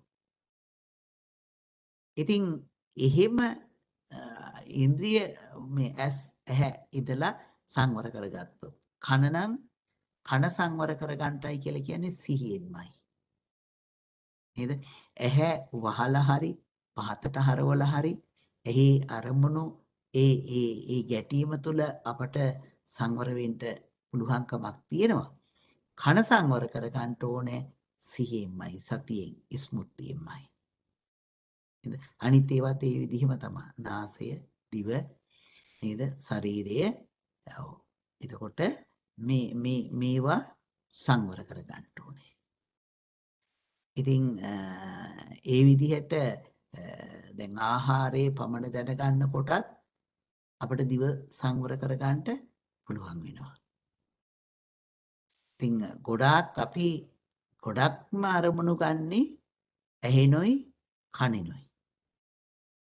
නේද? ඇහෙනොයි කනෙනොයි අරමුණු ගන්නෙ. නිසා මේ නාසයෙන් අරමුණු ගන්නවා. නේද? නාසයෙන් අරමුණු ගන්නවා කියලා කියනකොට මට චුටි කතාවක් මතක් වුණා. ඉස්සර අපි එකපාරක් මේ කඳුබඩේ ඉඳලා අනුරාධපුරේ ගියා. අපිත් එක්ක ගියා ඇස් පේන්නේ නැති හාමුදුරු නමක්. මගදී මට මතක නැහැ කොයි හරිද කියලා දැන් බොහෝම කාලයකට ඉස්සෙල්ලා සිදු වුණු සිදුවීමක්. මගදී මේ හාමුදුරු ඇස් පේන්නේ නැති හාමුදුරු අපින් අහනවා මේ ආන්දනේ මේ අහවල් හරිය නේද කියලා. ඉතින් අපට බුදුම වුණා මේ අපි හාමුදුරු කොහොමද දැනගත්තේ කියලා. එතකොට කිව්වා ඒ හරියේ කොහොම හරි මොකක් හරි පෝරණුවක් තියෙන එකක් ගැන කිව්වා. ඒකේ සුවඳාවයි කිව්වා. මොන පෝරණුවක් හරි වගේ එකක් ගැන කිව්වා. ඒ සුවඳෙන් කිව්වා ඒක දැනගත්තේ. ඉතින් ඒ වගේ ඇහැ නැතුවාම මේ අනික් ඉන්ද්‍රියන් තුලින් වැඩ ගන්නවා. එතකොට මේ ඉන්ද්‍රියන් සංවර කර ගන්න ඕනේ. නේද? ඒ ඉන්ද්‍රිය සංවර භාවයත් කාමච්ඡන්දය ඇති නොවෙන්න හේතු වෙනවා. ඉතින් දිවත් නාසයත් ශරීරයත් වගේම ඇහැයි කනයි දෙක ප්‍රබලව අපි අරමුණු ගන්න ඒ දෙකත් අපි ප්‍රබලවම සංවර කර ගන්න ඕනේ. ඔව් ඒක ගොඩක් බලපානවා මේ දැන් අපිට බඩගිනි නැතත් කැමසුන්දක් આવුත් බඩගිනි යනවා වගේ එකක් තියෙනවනේ. ඔව්. ඒකද වෙනවා. එතකොට අපි ඒක තීරුම් අරගෙනම කරගන්න ඕනේ. එහෙමයි. එතකොට මේ කාමච්ඡන්දේ ඊළඟට දැන් මේ කාමච්ඡන්ද නීවරණය දේශනා කළා ඊට පස්සේ දේශනා කරන්නේ ව්‍යාපාදේ නේද? අර අපිට මතකයිනේ එතනින් පස්සේ අජ්ජත් බහිද්ද මෙතෙන්දි දේශනා කරන්නේ නැහැ. දේශනා කරන්නේ නීවරණ ධර්ම පහම දේශනා කළා ඉවර වෙලා. ඉතින් ඊළඟට දේශනා කරනවා සන්තං වා අජ්ජත්තං ව්‍යාපාදං අත්තිමේ අජ්ජත්තං ව්‍යාපාදෝති පජානාති. නේද? මේ මා තුළ මේ ව්‍යාපාදය සන්තං වා අජ්ජත්තං ව්‍යාපාදං අත්තිමේ අජ්ජත්තං මා තුළ ව්‍යාපාදයේ තියෙනවා නම් ව්‍යාපාදයේ තියෙනවා කියලා දැනගන්නවා. අසන්තං වා අජ්ජත්තං ව්‍යාපාදං නත්තිමේ අජ්ජත්තං ව්‍යාපාදෝති පජානාති. එතකොට නැති ව්‍යාපාදය නැතයි කියලා දැනගන්නවා. ඊළඟට යතාච අනුප්පන්නස්ස ව්‍යාපාදස්ස උප්පාදෝ හෝති තංච පජානාති. නැති ව්‍යාපාදය ඇති වෙනකොට ව්‍යාපාදය ඇති කියලා දැනගන්නවා. යථාත උප්පන්නස්ස ව්‍යාපාදස්ස පහානං හෝති තංච පජානාති. ව්‍යාපාදේ ප්‍රහීනයක් තියෙනවා නම් ඒ ව්‍යාපාදේ ප්‍රහීනය දකිනවා. ව්‍යාපාදයේ ප්‍රහීනය දකිනවා. එතකොට අර විදිහටම මේ ව්‍යාපාදය තුල ගමන් කරනකොටත් මේ අර ආකාර පහමයි දේශනා කරන්නේ. නේද? ව්‍යාපාදයක් නැතිකොට නැtei කියලා දකිනවා. නැති ව්‍යාපාදය ඇති වෙනකොට ඇති කියලා දකිනවා. ව්‍යාපාදේ තියෙනකොට තියෙනවා කියලා දකිනවා. තියෙන ව්‍යාපාදේ නැති වෙනකොට නැති වෙනවා කියලා දකිනවා. ඊට පස්සේ ව්‍යාපාදේ නැවත මේ නූපදවනවා කියලා දකිනවා. නේද? ඒ නිසා ඔව් එතන අර යතච්ච පහීනස්ස ව්‍යාපාදස්ස ආයතින් කියන එකේ මොකක්ද තේරුම? ආයතින් අනුපාදෝ හොති. ආයතින් කියලා තියෙනවා. නැත කියන එකනේ. ආයතින් අනුපාදෝ හොති. ඒ මොකද මගේ මේ කියනන් තියෙන්නේ නැවත කිසිදා නූපදිනසේ නැති වී යයිද දැනගැනීම. ඔව් එහෙම මේ ආයතින් යතාත පහීනස්ස ව්‍යාපාදස්ස ආයතින් නැවත කොහමද තියෙන්නේ අම්මා? මං සිංහල මේවැකේ තියෙනවා නැවත කිසිදා නූපදිනසේ නැති වී යයිද එයත් දැනගනි. ඒක එහෙමම තමයි ඉස්සල්ලා කියන්නේ. හැබැයි ආයතින් අනුපාදෝ හෝති කියලා කියන තැන කිසිදා කියන එක නෑ නේද? නෑ ඒ ඊළඟට තියෙනවා මොකද්ද මම තංචජ පජානා. පංච පජානාති. ඒක දකිනවා. එහෙමයි දැනගන්නවා. එහෙමයි දැනගන්නවා. ඔව්. ඒතර ඒක තමයි මේකේ වැරදිද එහෙම කියන එක මම හිතන්නේ ඒක ටිකක් අර මේ ටිකක් වැඩිපුර විස්තරයක් තියලා තියෙන්නේ නේද? නැවත කිසිදා නූපදිනසේ නැති වී යයිද එයත් දැනගනි කියලා තමයි තියෙන්නේ හැම එකටම අර ඉස්සලා එකෙත් තිබුණා එහෙම මේ හැබැයි මේ සූත්‍රයේ කියනකොට අර කිසිදා කියන අර්ථය දීලා නැහැ. එතකොට ඒ தත්ත්වය දකින්න වෙන්නේ අපට රහත් උනායින් පස්සේ. එහෙමයි. නේද? නැවත කිසිදා නූපදිනවා කියලා දකින්න වෙන්නේ රහත් උනායින් පස්සේ. ස්වාමීන් වහන්සේ අනාගාමී වුණාම නේද එතකොට? අනාගාමී වුණාම ව්‍යාපාදය ගැන ඈ ව්‍යාපාදය ගැනනේ කතා අව්‍යාපාදේ ගැන කියනකොට කරන්නේ. ව්‍යාපාදේ ගැන කියනකොට හරි කාමච්ඡන්දේ ගැන කියනකොට රහත් වෙනවා. රහත් වෙනකොට රහත් වෙනවා. ඔව් මම මේ කාමච්ඡන්දේ ගැන කතා කළේ. ඔව් එතකොට ව්‍යාපාදේ දැන් මේ විදිහට දේශනා කරනවා. එතකොට ව්‍යාපාදේ ඇති වෙන්න අපිට තියෙන්නේ දෙකයි. නේද? දෝමනස්ස සහගත පටිඝ සම්පයුක්ත සිතයි දෝමනස්ස සහගත පටිඝ සම්පයුක්ත අසංකාරික සිතයි දෝමනස්ස සහගත පටිඝ සම්පයුක්ත සසංකාරික සිතයි. මේ සිද්දික තමයි අපට තරහ ඇති කරව ගන්න තියෙන හේතු ටික. හැබැයි තරහ සිත් දෙකක් වුණාට දැන් තරහත් එක්ක යෙදෙන චෛතසික නේද? මේ මොනවද? තරහ එක්ක යෙදෙන චෛතසික මෝහ හිරික උද්දච්ච ඒ ටික අනිවාර්යයි. හැම අකුසලයකම උපදිනවා. මෝහ හිරික අනුත්තප්ප උද්දච්ච දෝස ඉස්සා මච්චරිය. දෝස ඉස්සා මච්චරිය කුකුච්ච. ඔව් චෛතසික හතරක් තියෙනවා නේද? දෝස ඉස්සා මච්චරිය නේද? දෝෂය ඊර්ෂ්‍යාව නේද? අනිත් අය සැප විඳිනවා දකින්න අකමැතිකම ඉස්සා මච්චරිය මච්චරිය කිව්වේ මසුරුකම කිව්වේ තමුන් පාවිච්චි කරන දේ අනිත් කෙනෙක් පාවිච්චි අනිත් කෙනෙක් පරිහරණය කරන්නත් තියෙන අපේ අකමැතිකම. ඔව් තමන් සතු දේවල් අනිත් අය පරිහරණය කිරීමේ අකමැති භාවය මසුරුකම. නේද? මේ එතකොට ඉස්සා මච්චරිය කුකුච්ච. කුකුච්ච කියලා කියන්නේ සුත වෙන එක. පසුතැවෙන එක. එතකොට අපි කෙනෙක්ගේ ව්‍යසනයක් දැකලා අඬනවා නම් දුකටපත් වෙනවා නම් එතන තියෙන්නේ තරහ. නේද? යමකට අපි බය වුණා කියනවනම් ලෝභය. නෑ බය ඇති වෙන්නේ තරහත් එක්ක. ලෝභේ නෙමෙයි.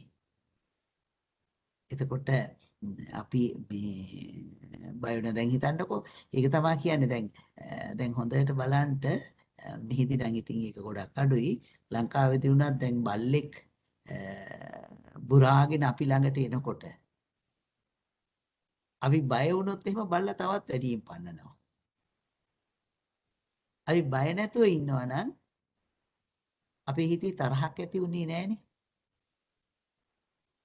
එතකොට බල්ලා කෙරෙහි තරහක් ඇති නොවන නිසාම බල්ලා අපිට පණින්න නැති වෙනවා. නේද?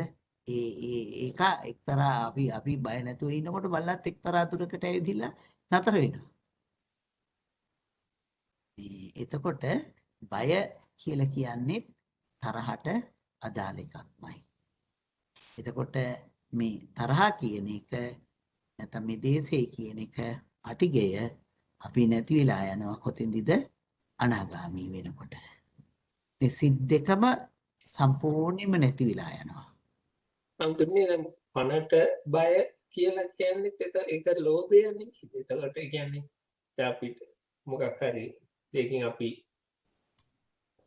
දැන් අනතුරකදී මැරෙයිද ඒ වගේ එකක් හිතෙන්නේ ඒක තමයි ජීවිතේට තියෙන බය ආසාව නිසා නෙමෙයි ඒක. ආසාව නිසා හටගත්තු මේ තරහක්. දැන් හිතන්නකෝ ඒ වෙනකොට මොකද වෙන්නේ බයක් ඇති වුනහම අපට පපුව ගැහෙනවා. නේද? කොහොමද ක්‍රියාකාරී වැඩි වෙලා. ලෝභයත් එක්ක එහෙම ඉන්නේ නැහනේ. ලෝභයත් එක්ක එහෙම ඉන්නේ නැහැ. දේශය ඇති වෙනකොට තමයි අර ටික ඇති වෙන්නේ. හරිම සියුම්ම මේ දේශයේ මේ අනික් සත්තු හොඳටම දකිනවා. නේද? දැන් හිතන්නකෝ භාවනා කර ඉන්නකොට මధుරෙක් ඇවිදිලා කෑ ගැහුවා කියලා හිතන්න.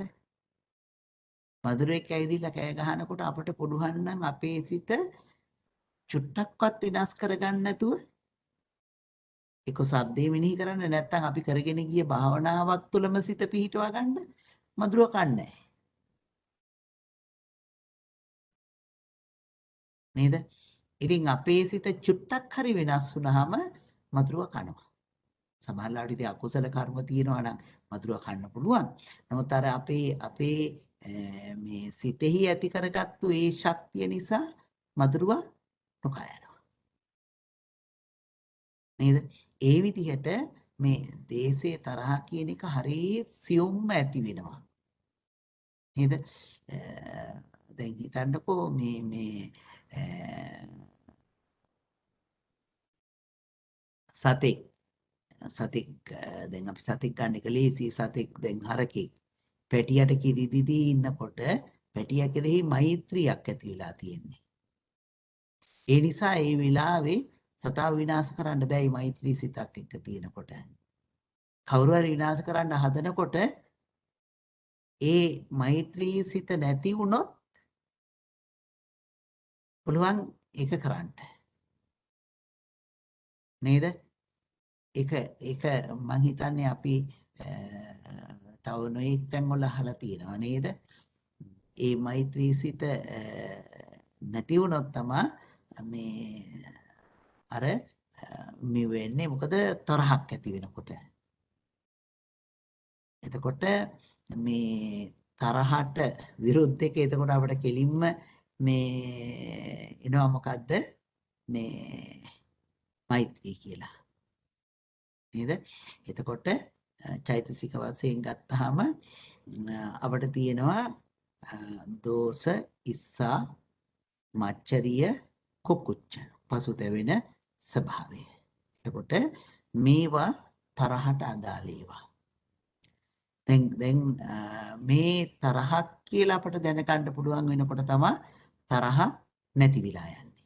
ඒක තමයි මෙතෙන්දි දේශනා කරන්නේ තරහ යන්තම් එනකොටම දැනෙනකොටම මෙනෙහි කරන්න. මෙනෙහි කරනකොට තියෙනවා දකින්නවා ඒ තරහ හිතෙන් නැති වෙලා යනවා දකින්නවා. එතකොට එහෙම තරහ නැති වුනහම නැවත ආයේ ඒ මොහොතට ආයේ තරහ නූපදිනවා කියලා දකිනවා. නේද? ඒ තරහසිත සම්පූර්ණයෙන්ම ප්‍රහීන වෙලා යනවා. නේද? ඉතින් ඒ තරහ නැත්නම් දේශේ ව්‍යාපාදය මේ බලන විදිහ. දැන් ඇත්තටම දැන් මේක හරිය සියුම්ම හිතේ ඇති වෙනවනේ අපි නිතර කියන්නේ වේදනාවක් ඇති වෙනකොට භාවනා කරනකොට වේදනාවක් ඇති වෙනකොට හිතනවානේ මේක හරි කරදරයක් නේ මට භාවනාවක් කරගන්නත් නැහැ වේදනාව එනවා කියලා. එතනත් ඇති වෙන්නේ තරහසිතක්. ඒ සිත වේදනා ඇති වුණ වේදනාව නැති වෙන්න හේතුවක් නෙමේ ඇති වුණ වේදනාව පවතින්න හේතුවක් වෙනවා. නේද? එතකොට ඒ තරහසිතත් අපි හිතෙන් ප්‍රහීන කරගන්න. දැන් හිතන්නකෝ භාවනා කරගෙන යනකොට කවුරු හරි සද්ද කළා කියලා කතා කළා. මොකක් හරි සද්දයක් ඇහුණා. එතකොට අපේ සිතට මොකද වෙන්නේ? සිත වෙනස් වෙනවා. නේද? සිතට අමනාප ස්වභාවයක් එනවා. අම්බෝ මගේ භාවනාව කැඩුවා. නේද? එතකොට අපේ සිතේ ඇති වෙලා තියෙන්නේ මොකද්ද? ද්වේෂය. කතා නොකර ඉන්න ඕනේ තමයි. නිස්සබ්දව තියෙන්න ඕනේ. නමුත් අපි අපේ හිත දිහා බලන්නත් පුරුදු වෙන්න ඕනේ. නේද? ඒ ද්වේෂය ඇති වෙන්නේ. හිතන්ට කැලේක භාවනා කරනකොට නපුරු සතෙක් කෑ ගහනව ඇහුනහම කොයි විදිහට මේ ද්වේෂයක් ඇති වෙනවද? නේද? ඒ මොහොතේදීත් ඒ ඇති වෙන ද්වේෂයේ ඒ බය තරහා ඉතින් අයින් කරගන්න. නේද? ඒ නිසා මේ සියුම් තැන ඉඳලා ඕලාරික තැන දක්වා මේ යනකම් ඇති වෙන මේ දේශ සහගත ස්වභාවය අයින් කරගන්න ඕනේ. නේද? ඒ නිසා තරහක් සිතට යම් කිසි හෝ ආකාරයකින් එළඹෙනවද? එළඹෙන තරහා මෙනෙහි කරන්න. නේද? එළඹෙන තරහා මෙනෙහි කරන්න. ඉතින් බුදුරජාණන් වහන්සේ මේ යම් කෙනෙකුට තරහා සිතට ඇවිදිලා ඒ තරහා වචනයෙන් සහ කයින් ප්‍රකාශ නොකර ඉන්නවනම් එයාට ඉක්මනින් අනාගාමී වෙන්න පුළුවන් කියලා දේශනා කරනවා. නේද? ඉක්මනින් අනාගාමී. ඒ කියලා කියන්නේ ඒකට එන්ට නොදීම පවත්නවා. වචනයට සහ කයට ඒක අර වීතික්කම අවස්ථාවට අරගෙන යන්නේ නැහැ. නේද? අනුසය පරිඋත්ථාන වීතික්කම කියලානේ තියෙන්නේ. එතකොට අර සිතෙහි ඇති වුණත් එතනින් එහාට සිතෙහි යන්න දෙන්නේ නැහැ. එතනින් ඒක නතර කරගන්නවා. නේද? මේ ව්‍යාපාදය. එතකොට ඒ ව්‍යාපාදයේ ස්වභාවය දකින්න ඕනේ. නේද? මේ ව්‍යාපාදයේ එතකොට ඇති වෙන හේතුන් මොනවද? මොනවා නිසා එන ව්‍යාපාදේ දැන් ව්‍යාපාදේ ඇති වෙන්නේ අරමුණක් එක්ක ගැටෙනකොටනේ. අරමුණ අපි අකමැති විරුද්ධ අරමුණක් එක්ක ගැටෙනවා කියලා කියන්නේ ව්‍යාපාදේ. නේද? කැමැති අරමුණක් එක්ක ඇහෙනවා කියන්නේ කාමච්ඡන්දේ එතකොට. එතකොට මේ ව්‍යාපාදය නැති කරලා දමන්න අපට උපකාරී වෙන ධර්ම අර වගේම 6ක් මේ ධර්මයේ විස්තර කරනවා. එකක් මෛත්‍රිය වැඩි වීම. අපි ඒක හොඳටම දන්නවා නේද? මේ මෛත්‍රී නිමිති ඉගෙන ගන්න ඕනේ පළමුවෙන්ම.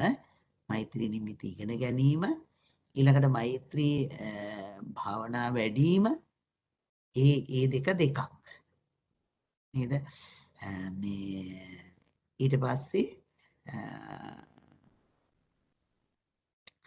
අපි කර්මයේ පිළිබඳව මෙනෙහි කිරීම. නේද? කර්මයේ පිළිබඳව මෙනෙහි කිරීම ඊට පස්සේ මේ පටිගය මේ බහුලව අයින් කරන්න පුළුවන්ව මේ කටයුතු කිරීම නේද? එතකොට මේ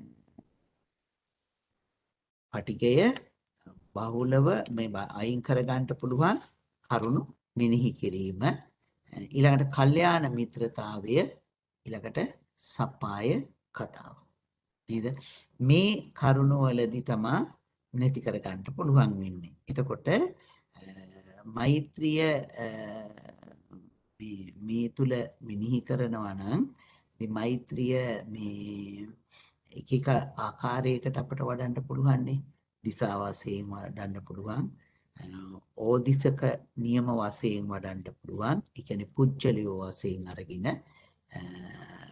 ඕදිසක නියම වශයෙන් අරගෙන අනෝදිසක නියම වශයෙන් ගන්න පුළුවන් ප්‍රදේශ වශයෙන් අරගෙන මෛත්‍රිය වඩනකොට පුජ්‍යලියෝ වශයෙන් අරගෙන කරන්න පුළුවන් ප්‍රදේශ වශයෙන් අරගෙන කරන්න පුළුවන් දිසා වශයෙන් අරගෙන කරන්න පුළුවන්.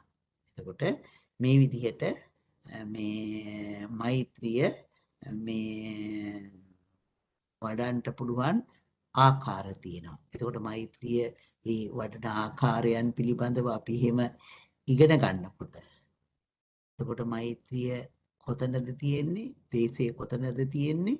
මේ සිත කොතනද කියලා හොඳට අඳුරා ගන්න පුළුවන් වෙනකොට අපට මේක මේ මෛත්‍රී කර්මස්ථානයේ මෛත්‍රී නිමිති ඉගෙන ගන්න පුළුවන් දැන ගන්නවා. නේද? ඊළඟට මෛත්‍රිය වඩන්න පුළුවන්. නේද? එතකොට ඒ විදිහට අර මේ ඕසතික වශයෙන් අනෝසතික වශයෙන් දිසාපරණ වශයෙන් මේ විදිහට මෛත්‍රිය වඩන්න පුළුවන්. මෛත්‍රිය මේ වඩනකොට මේ සිතෙහි මේ ව්‍යාපාදයේ තරහ නැති වෙලා යනවා. ඒ ව්‍යාපාදයේ තරහ නැති වෙලා යනවා. එතකොට ඊළඟට මේ මෛත්‍රිය තුල මේ අපි මේ යෙදෙනකොට ඒක සමත භාවනාවක් කියලා අපි දන්නවනේ හොඳටම. ඒකෙන් අපට මේ මෛත්‍රී සිත තුලින් තමයි මේ දේශේ එනකොට මේ දේශයක් කියලා අඳුර ගන්න පුළුවන්. දැන් දේශයක් නැතිකොට මෛත්‍රී මේ දේශයක් නැතිකොට එතකොට තියෙන්නේ මෛත්‍රී සහගත සිතක්. නේද? අපි දෝෂ සහගතං චිත්තන්ති පජානාති කියලා අපි කතා කළානේ චිත්තානුපස්සනාවේදී. එතකොට තරහ සිතක් කියලා දැනගන්නවා. තරහ අදෝසං වා චිත්තං අදෝසං චිත්තන්ති පජානාතිනි. තරහ නැති සිතක් නම් තරහ නැති සිතක් කියලා දැනගන්නවා. සිත වශයෙන් දකිනකොට දැන් මේක දකින්නේ චෛතසික වශයෙන්. ඒ කියන්නේ සංඛාර වශයෙන්. නේද? මේක සංස්කාරයක් වශයෙන් දකින්නේ. ඒ අකුසල සංස්කාර දේශ සහගත අකුසල සංස්කාරය දකිනවා. එතකොට ඒක මේ මෛත්‍රී කමඨහන වෙනවා. නේද? මේ අවසරයි ස්වාමීන් වහන්සේ. ඔව් අම්මා. ඒක තාර පරචුට්ටක් ඒක පොඩ්ඩක් ආයෙ මතක් කරන්නේ. කොකද අම්මා? දැන් මේ සංකාර වශයෙන් බලන එක බලනවා කියපේද? සංඛාර. එහෙම ඒක ආයෙ පාරක් පොඩ්ඩක් ඔව් දැන් සංඛාර කියලා කියනකොට දැන් අපි ඒකේ සංඛාර කියන එක අපි හරියටම විස්තර කරගත්තොත් එහෙම අපි රූප වේදනා සංඥා සංඛාර විඥාන කියලා කියන්නේ. ඉතින් රූපේ කියන්නේ රූපස්කන්ධයටමයි. විඥාන කියන්නේ විඥානස්කන්ධයට. නේද? රූප වේදනා සංඥා කියන්නේ සංඥා ස්කන්ධයට. වේදනා කියන්නේ වේදනාස්කන්ධ. වේදනාස්කන්ධයට. එතකොට දැන් අපි චිත්ත චෛතසික රූප වශයෙන් ගන්නකොට චෛතසික 52ක් තියෙනවනේ. එහෙමයි. චෛතසික 52 අතර තමා තියෙන්නේ වේදනා චෛතසිකයත් සංඥා චෛතසිකයත්. එහෙමයි. ඒ දෙක ඒ වෙන වෙනම ගන්න. චෛතසික- ඔව් ඒ චෛතසික දෙක ඉතුරු වුණායින් පස්සේ චෛතසික 50ක් තියෙනවා. ඒ 50ටම සංස්කාර කියලා කියනවා. ආයි 50ම සංස්කාර විදියට. ඒ එහෙමයි. 50ම සංස්කාර විදිහට එකතු වෙනවා. එතකොට කුසල සංඛාර අකුසල සංස්කාර දෙකම එතන තියෙනවා. එහෙමයි. තේරෙනවා. ඔව්. එතකොට මේ ඒ සංස්කාරයක් වශයෙන් ඒක දකිනවා. එතකොට දැන් අපි දේශයේ සිතක් වශයෙන් දැක්කොත් අපි එතෙන්දි දකින්නේ චිත්තානුපස්සනාව. දේශය සංස්කාරයක් වශයෙන් දේශයක් හැටියට දැක්කොත් අපි එතන දැකලා තියෙන්නේ ධම්මානුපස්සනාවයි. ධම්මානුපස්සනාවේ ඒ ස්වභාවය. ඉතින් ඒවා විනාඩියක් ඒකයි කියනවා, ද්වේෂය සංස්කාරයක් හැටියට දැක්කොත් ඒක ධම්මානුපස්සනාව. ඒක ධම්මානුපස්සනාව, ව්‍යාපාදයේ සිතක් හැටියට දැක්කොත් චිත්තානුපස්සනාව. චිත්තානුපස්සනාව. මම මේ බැටරි මේ බෑරික ගහන්න වහලා නැහැ මම බැටරි අඩු වෙලා යනවා.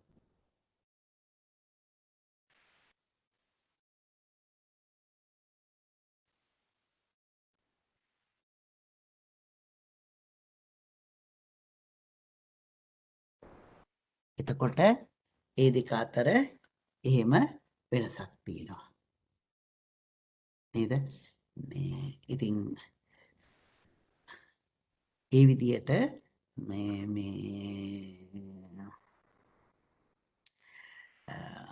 මේ විදිහට අපි තරහ ඇති වෙන ඒක පිළිබඳව අපට හිතන්න පුළුවන් නම් දැන් අපට තරහක් ඇති වුණා කියලා හිතන්නකෝ. තරහ ඇති වෙලා නැති වෙලා ගියා. ගොඩාක් වෙලාවට එහෙමනේ අපි දකින්නේ තරහ තියෙනකොට තරහ දකින්න ප්‍රමාණය අඩුයි. වැඩියෙන්ම දකින්නේ කොහොමද? තරහ නැති වෙලා ගියයින් පස්සේ. ඊට පස්සේ අපිට මේ තරහ ඇයි ඇති වුනේ කියලා පස්සේ හරි දකින්න පුළුවන්නේ. මේ තරහ ඇයි මගේ සිතේ ඇති වුනේ? එතකොට අපට ඒ තරහ ඇති වුණ හේතුව දකින්න පුළුවන්. මම හිතන්නේ ඒක අර අපට මතකයි අපි විතක්ක සංතාන සූත්‍රයේදී මුලට ගිහිල්ලා බලන්ටයි කියලා කිව්වනේ. ඒ වගේ මේ තරහ ඇති වුණ හේතුව දකින්න. නේද? එතකොට මේ තරහ ඇති වුණේ මේ වචන ටිකක් නිසා. ඒ විදිහට එතෙන්ට ගිහිල්ලා ඒක දැක්කහම මොකද වෙන්නේ? ඒ තරහ ටික අපේ සිතෙන් බැහැර වෙලා යනවා. නේද? ඒ මේ තරහ බැහැර වෙලා යනවා. නැත්නම් තරහ ගැන අපට හිතන්න පුළුවන් තරහ ඇති වුණොත්, තරහ වැඩි වුණොත් නේද? අපි ඒක නිසා බොහෝ අකුසල ධර්මයන් සිද්ධ කරගන්නවා. වචන පාවිච්චි කරනවා, කය පාවිච්චි කරනවා. එතකොට අකුසල ධර්මයන් සිද්ධ කරගන්නවා. ඒ නිසා තරහ නිසා අපි අර දස අකුසල කර්මපත ගැන කතා කරනකොට කතා කළානේ. තරහින් සිද්ධ වෙන දේවල් ප්‍රාණඝාතය, අදත්තා දානය, මුසාවාදය, පිසුනා වාචය, පරුසා වාචය, සම්පප්පලාපය, ව්‍යාපාදය. මේවනේ. එතකොට මේ හැම එකක්ම තරහය නිසා ඇති කරගන්න පුළුවන් මේ ස්වභාවයන්. නේද? තරහ නිසා ඇති කරගන්න පුළුවන් අකුසල කර්ම පත. එතකොට මේ ඒ විදිහට අපි මේ අකුසල කර්මයන්ගේ විපාක ඒවා මේ ස්වභාවයේ ඒවායි කර්මය පිළිබඳව මෙනෙහි කරනකොට ඔන්න අපේ දේශය ප්‍රහීන වෙන්න පුළුවන්. නේද? සමහර තැන්වලදී අපි මේ තරහ නිසා ඇති වුණ අකුසල ධර්මතාවයන් පිළිබඳව අපි දකිනවා නේද? ඉතින් අපට එහෙම හිතන්න පුළුවන් බුදුහාමුදුරන් වහන්සේ කොහොමද අපට දේශනා කළේ කියලා නේද? කොහොම වුණොත්ද කකචූපම උපමාව කියලා තියෙනවනේ. ඒ කියලා කියන්නේ කෙනෙක් අපිව අනිත් පැත්ත හරවලා කකුල් දෙක දෙපැත්තට දාලා කියතකින් ඉරනවා. දැන් හිතන්නකෝ තමන්ගේ ජීවිතේ නැති වෙලා යනවා. කොච්චර ලොකු තරහක් ඇති වෙන්න ඕනද කියලා හිතන්න. එතකොටවත් තරහ ගන්න එපා කියලා කියනවා. නේද? එතකොටවත් තරහ ගන්නට එපා කියලා දේශනා කරනවා. ඒ නිසා ඒ වගේ මොහොතක් පැමුණුනහම අපි තරහින් අයින් වෙන්නේ කොහොමද කියලා අපට සිතා ගන්න පුළුවන්. නේද? ඒ වගේ මොහොතක් පැමුණුනහම අපි තරහින් අයින් වෙන්නේ කොයි විදිහේ ස්වභාවයකින්ද කියලා අපට දකින්න පුළුවන්කමක් තියෙනවා. ඒ විදිහට කර්මයේ සිහිපත් කළා නේද හම්බුනේ? ඔව් කර්මයේ සිහිපත් කළා. නේද? ඉතින් ඒ විදිහට දැන් මේ තරහ නැතුව වාසය කරලා තියෙන තැන් ගැන සිහිපත් කරනවා නම් නේද? සාන්තිවාදී ජාතකය. නේද? අතපය කපනකොට නාස් කපනකොට තරහ ඉවසපු හැටි. ගොඩක් ජාතක කතා කියලා. චුල්ල ධම්මපාල ජාතකය, චද්දන්ත ජාතකය, මහා කපි ජාතකය, බෝරිතත් ජාතකය, සංකපාල ජාතකය. අපි හැබැයි මේවා උදාන්නේ නැහැ ගොඩක් නේද? මාතුපෝසක ජාතකය, සීලව ජාතකය. මේ ජාතක කතාවල ගැන අපිට කියවනකොට මෛත්‍රිය කොහොමද ඇති කරගත්තේ කියලා අපට දකින්න පුළුවන්. නේද? මෛත්‍රී සිත කොයි විදිහටද ඇති කරගත්තේ? ඉතින් අපි මේ මතකම තියෙන එකක් මේ සාන්තිවාදී ජාතකය. නේද? සාන්තිවාදී තාපසතුමාට ශරීරේම නැති කළා දැම්මත් කස පහරවල් ගැහුවා. ඒත් තරහ ගත්තේ නැහැ. නේද? මේ අතපය කැපුවා, කන්නාස් කැපුවා, ඒත් තරහ ගත්තේ නැහැ. අතපය කැපුවා, ඒත් තරහ ගත්තේ නැහැ. නේද? ජීවිතේම නැති කළා දැම්මා තරහ ගත්තේ නැහැ. නේද? ඒ වගේ ඉවසීමක් ගැන අපට හිතන්න පුළුවන්ද? නේද? පරිවිලාවත් මට මෙහෙම එකක් වෙනකොට මම මේක ඉවසන්නේ කොහොමද කියලා හිතන්න පුළුවන්ද? නේද? එහෙම නුවණින් සිහිපත් කරලා බලනකොට අපට තරහ අයින් කරගන්න පුළුවන් වෙනවා. නේද?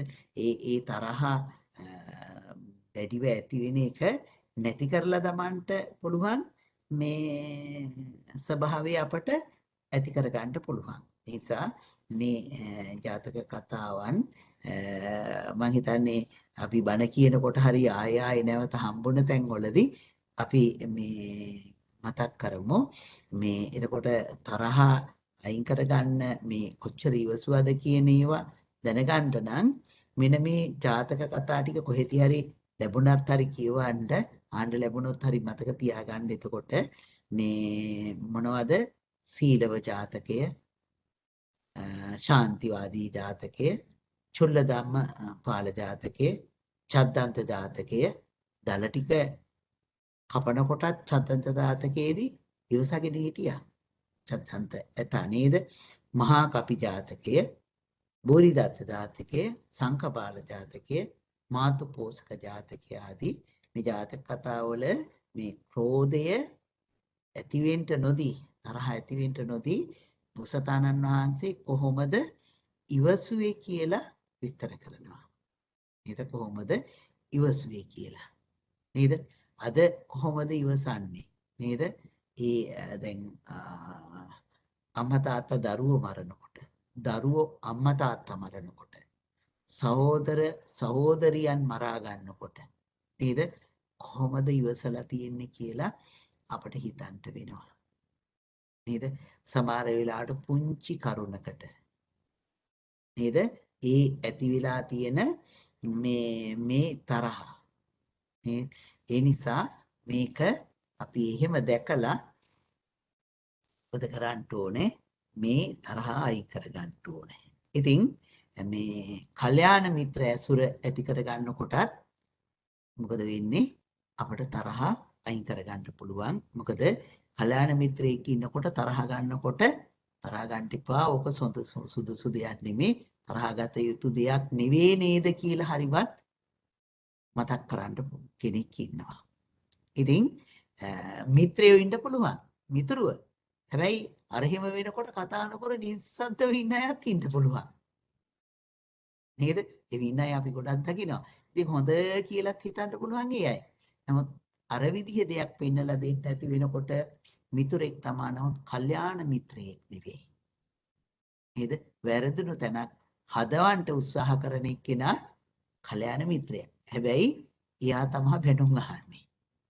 එයාට තමයි දෝෂාරෝපණය එන්නේ.